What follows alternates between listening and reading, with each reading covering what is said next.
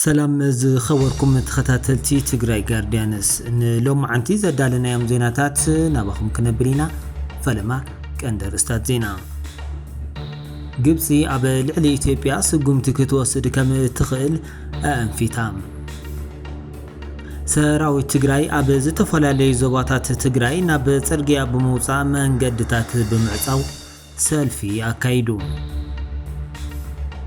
ካቢኔ ጊዜያዊ ምምሕዳር ትግራይ ኣብ ዘካየዶ ህጹጽ ኣኼባ ኣብ ሕቶ መሰልን ተጠቃምነትን ሓይልታት ጸጥታ ትግራይ ዘትዩ ንዝምልከቱ ኣካል መሪሑ መንግስቲ ፌደራል ኣብ ከባብታት ተከዘ እንደባረቐን ብበዝሒ ሰራዊት ከም ዘራገፈ ተገሊጹ መንግስቲ ፌደራል ናይ ትግራይ በጀት ከም ዘይለኣኸ ተፈሊጦም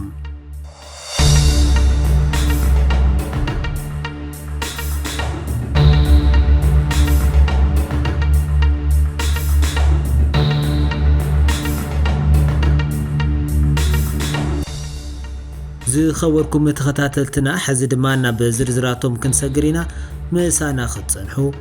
بخبرنا عدم جبسي أب لعلي إثيوبيا سقمت كتوسد كم تخيل أنفيتام جبسي بمنصر إثيوبيا أب روا أباي زهانساتو قدب هداسة هاجر وربحة أن يماي دحنتان محلاو أدلاي سقمتات كتوسد مخانا بريزيدنت عبد الفتاح السيسي تزاربهم بريزيدنت إثيوبيا قدب هداسة بممحدار تخطلو زلا حالافنة زغورلو كايدا هاجرو أدوات أميرا أيتوريون كبل تزارب اللهم أب كايرو أب استخايدة شامناي سومون معين عدمات بفيديو أب زحلفو مالأختي جبسي أب دبلوماسياون عالم لخاون تكالات زيادة دما أب حبرات هاجرات امنة محدارة كم دخمت كوساد يبولن يلوم تقدم كابرو أباي ترخو متن مايكنكي مخنيات كخون يبومبال كتقاومو صنحت كوينا إتي بريزيدنت بسنبتا بزس معزر باغن أب زحالفو سومنات أب السودان استخصتو حج تقدم مخنيات يلوم إثيوبيا تقدم قبو بزي كونا أقواو تم حدرو بمهلوا بمخنيات زي تمتأنا فسات ماي أب زحالفو معالتات أب لعلي خلتين هاجرات تحتو أي تفاسس قودات بصحيو يكبل وقيسوم بريزيدنت تقدم دحر ممرقو دحر حيدات معالتات زقات اما نقر اب زوريا مسرح هنسات تقدم كياد حقاو سممعنا خبصح النغر وزنبرنا حتو لكع مخانو زرئي ونيلوم السيسي إثيوبيا هاجرات تحتو اي تفاسس قدما كيف لتت وكي تحابرت سرعنت زي ولو مايت سدد اللاكبل يخصص مينستر ماين ساعتن إثيوبيا جبسي قدب هداسة بقبو بزي من محدار وستلغغ ماي أب السودان وحج كمنزس عاب بمقلات محزيز أو صوتو مقلاتي حاسوتن تنكوال زمور أونيو بموال كمنزنة أقو يذكر السيسي هاجر وصدتهم دبلوماسيا وسقمتات مقلات ترنكار بسلتن بزرر بناي ميمانن كم أون ديليت هاجرات تفاسس نايل أب حدقا كي ودقن محلاو زي تقبرن مخانيو ززارب بريزيدنت جبسي أب أوان دركن وحجن ماتن كابت قدب زلك أغماين مقوتصار نخلتين هاجرات تحتواي تفاسس زكاتته كياد سممعك قبريو سوي زلوم زدما أب منقودليت لمعات هاجرات لعلواي تفاسسن تحتواي تفاسس هاجرات كاب قدات نمكل خالن زهلو ميزان نمحلاو زخيل بحتاوي أمارات إيلوم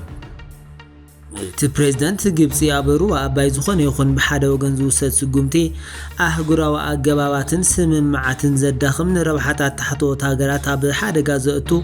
نمتكلات فتحن مرققان زداخم من مخانو كم زي تقبل قليزون لمعات قداي حانتا هاقر تراي كونن بحوارا وحالافنتن متحوارن هزبتات رو أباي تراح كحلو زخيل مسال مبر بيناو سقومتي آي كونن كبلون أتنقو كبل BBC صبصيبهم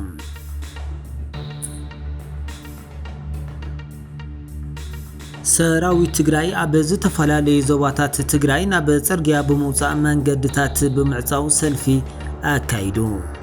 ኣብ ከተማ መቐለን ከባቢውን ዝተጀመረ ሰላማዊ ሰልፊ ኣባላት ሰራዊት ትግራይ ለምውን ኣብ ካልኦት ከባብታት ትግራይ ቀጺሉሎም ናይቲ ሰልፊ ቀንዲ ዕላማ ናይ ሰራዊት ትግራይ ሕቶ መንበር ገዛ ምምሕያሽ መሃያን ጥቕማጥቕምን ከም ዝኾነ ካብ እቲ ሰልፊ ንምርዳእ ተኻኢሉሎም ናይ ሰራዊት ትግራይ ተጠቃምነት ዘረጋግጽ ሓድሽ መምርሒ ከም ዝተዳለወን እቲ መምርሒ ሰራዊት ትግራይ ንክመያየጠሉ ናብ ታሕቲ ከም ዝወርድ ድማ ካብ ዝምልከቶም ናይ ጸጥታ ኣካላት ዝረኸብናዮ ሓበሬታ የመላኽት። ኣብ ዝተፈላለዩ ከባብታት ተዓጽዮም ዝነበሩ ካብን ናብን መንገድታት እውን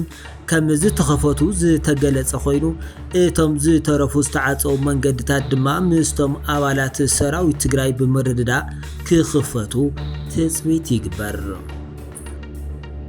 ካቢኔ ጊዜያዊ ምምሕዳር ትግራይ ኣብ ዘካየዶ ህጹጽ ኣኼባ ኣብ ሕቶ መሰልን ተጠቃምነትን ሓይልታት ጸጥታ ትግራይ ዘትዩ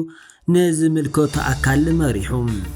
እዚ ሎሚ 5 ጥቅምቲ 2018 ዓ.ም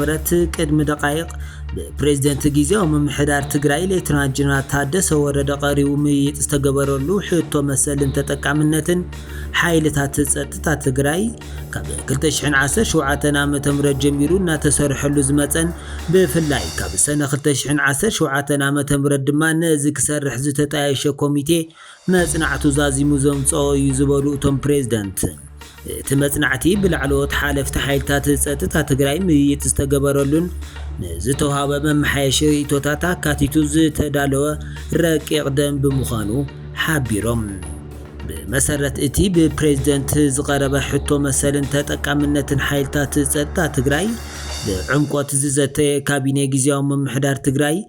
እቲ ዝቀረበ ረቂቕ ደንቢ ተፈጻምን ክኸውን ዘኽእሎ መምርሒ ኣፈጻጽማ ክወጸሉ ንዝምልከቶ ኣካል ብምምራሕ ሙሉእ ብሙሉእ ድምፂ ወሲኑሎም። መንግስቲ ፌደራል ኣብ ከባብታት ተከዘን ደባርቕን ብበዝሒ ሰራዊት ከም ዘራገፈ ተገሊጹ።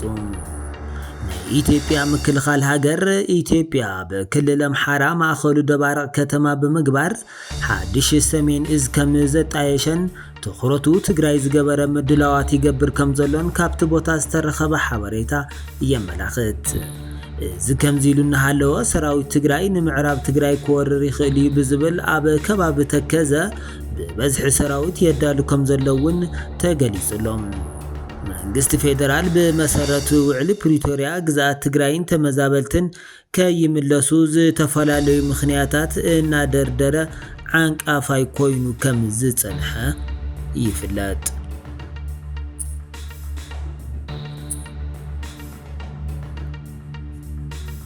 መንግስቲ ፌደራል ናይ ትግራይ በጀት ከም ዘይለኣኸ